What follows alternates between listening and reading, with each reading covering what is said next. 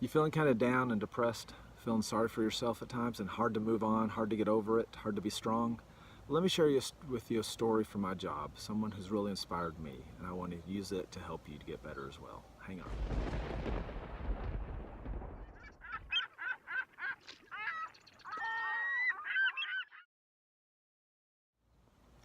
Hi, I'm Dr. Monty with Peace in the Storms Ministries.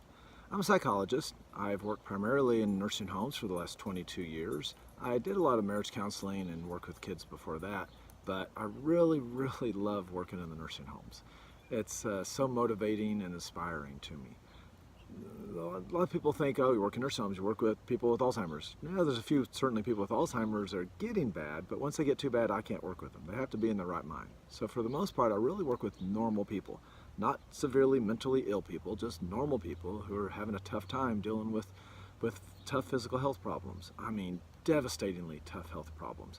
Not to mention all the losses. You lost your spouse, you lose your house, your pets, your car, your home that you lived in for 30 years.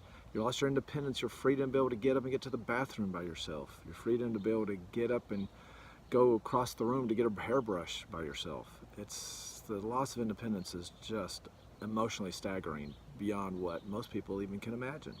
And that's what a lot of people have to deal with at the end of their life. You know, it's funny because I've had a lot of problems myself in the last couple of years. Several big storms have hit me, and it's been quite difficult to deal with. Some financial issues have been very hard. Thank goodness I have a good marriage, but there's a lot of other stuff that's just not gone well in life. And I get really down depressed sometimes myself. So a lot of the things I'm preaching on and I talk about are things I've had to struggle with myself. And it's funny because, you know, when I'm feeling really down, the last thing I want to do is go to work and listen to other people's problems, to be honest, if I'm selfish and honest. Well, I am selfish, if I'm being honest. But when I go into work and I go in there and I see what these other people are having to deal with, and I see them, it's like, God, for one thing, it just makes me feel guilty that I'm complaining about my problems. Okay, I'm sad because I'm having to move into a smaller place. You know, I used to have my dream home and had to give it up and move to a smaller and smaller place. Oh, poor me. I still have a home. I still have legs. I still have a car. I still have a wife. I got lots of things still going my way, but we get so down and depressed over so many little things.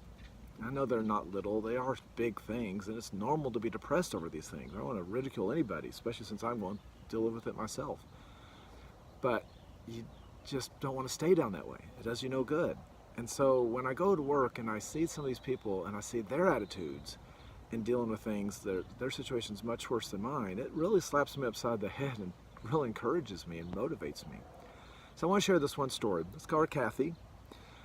I've been working with Kathy for about 12 years now. She's in her mid-50s, just a few years older than I am, really. But she has cerebral palsy. Cerebral palsy is a disease, it's a condition that happens when you're born. You get a little supply of oxygen cut off from the brain and can cause a little brain damage, cause various different problems. Usually causes a lot of weakness and severe problems on one side of your body. Can also cause problems with cognition and your intelligence.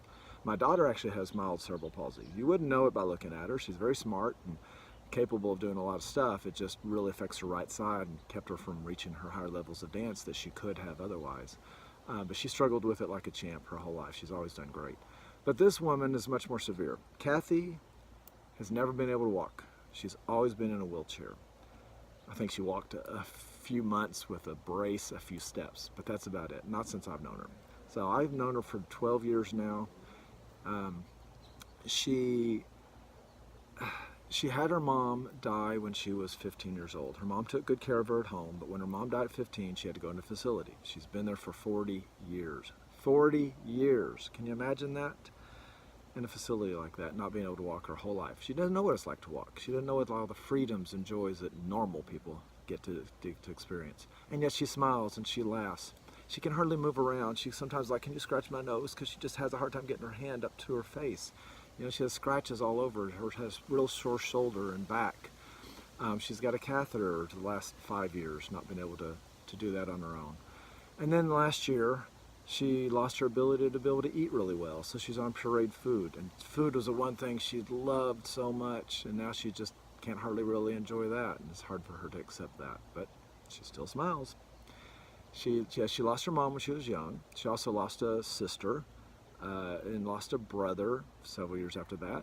And then this last year, she lost her father. He was 9 years old and took good care of her, and thank God she had him all those years really well. But he passed away too, and so now she's really lonely. She has two really good sisters who still take good care of her. But she smiles and she laughs and she enjoys playing bingo and doing other crafts and activities and watching TV, and just always wants to talk and share. And she really touches me when people do this. I'm going in there to help her, and she's got all these problems and frustrations, and she asks sincerely, and to me and everyone else, how are you doing? What's going on? She'll remember details of my life and my children and my family. She says, well, how's your son and how's your wife? And she'll ask how her cake business is going and how my son's cake business is going and how he's doing in school. And she cares about someone else other than herself. It's just inspiring. It's wonderful. You know, she has been having a tough time dealing with the food issue, and that does bring her down a lot. And she misses her dad still, and that brings her down a lot. But she doesn't stay down. And it's funny because I made a video earlier about this thing. I ended up deleting it because the lighting was terrible and my face was all scrunched up because of brightness, and it was just not really good quality. But I shared a little bit of it with her, of how I was talking about this, you know, same thing I'm doing right now. I was talking about her, and oh man, her face was just lighting up, and I told her how I want to use her story to try to hopefully help others. And man, she was just beaming. It was just so cool to see.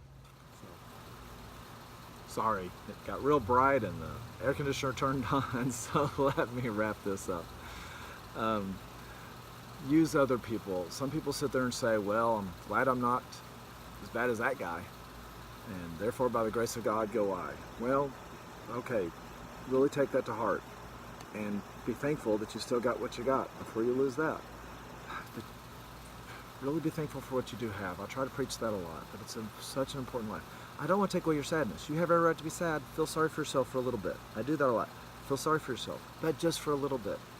Then, you know, I don't want to take away the sad parts of the reality of your truth of your life. Just add on top of that the other true thoughts that are positive. It's not just has to be all positive or all negative. It's both. So at least spend some time on the positive. Thank goodness that you still have your legs, that you still have a car, that you still have some love in your life, that you still have the ability to be able to eat, that you can go to the bathroom by yourself and don't have a catheter. So appreciate what you've got before you lose that as well. The more positive you get, the better off you are. So just please try to find some peace. Use these thoughts. Use these residents I deal with to motivate you. So God bless you. I hope you can find that peace. Please subscribe. Please share. Please like. I'm trying to spread this. Trying to make more videos. So thank you very much. Bye-bye.